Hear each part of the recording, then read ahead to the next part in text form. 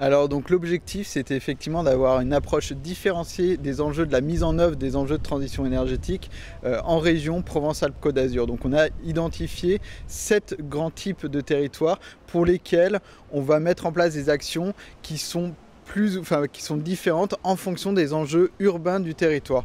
Donc on a des territoires qui sont plutôt urbains où on va plutôt faciliter la mise en œuvre des transports en commun, on va faciliter la densification du bâti, on va avoir des espaces périurbains, des espaces ruraux ou encore les stations de montagne.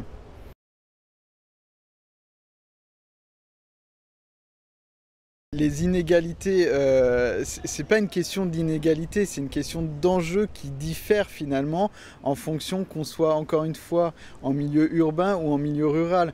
Par exemple, en milieu urbain, on va être confronté souvent à un manque de transport en commun qui fait qu'on va utiliser plus sa voiture, alors qu'on pourrait utiliser les transports en commun ou des modes, ce qu'on appelle des modes actifs comme le vélo.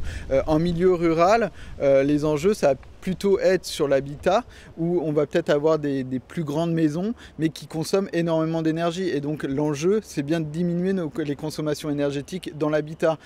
Pareil sur par exemple en station de montagne, les stations de montagne on va être sur des enjeux où ce sont plutôt des résidences secondaires, donc c'est comment faire en sorte que les propriétaires de ces résidences secondaires investissent massivement pour la transition énergétique.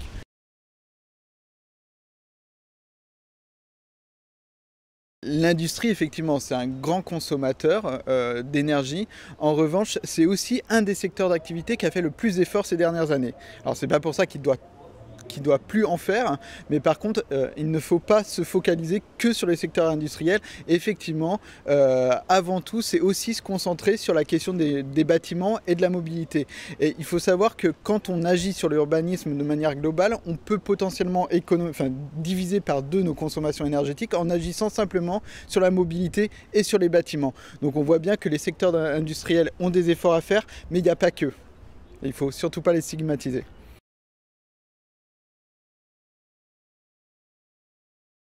C'est peut-être s'intéresser aux besoins des gens et de l'ensemble de la population en développant plus de transports en commun, en développant des aides financières pour rénover nos bâtiments et nos logements, que ce soit les appartements ou les maisons, et développer des espaces publics qui permettent de se déplacer à vélo, à pied, sans utiliser sa voiture. Puisque l'objectif, avant de changer d'un autre modèle, notamment par exemple de développer la voiture électrique, c'est bien de diminuer nos consommations et du coup de plus utiliser notre voiture, ou en tout cas moins.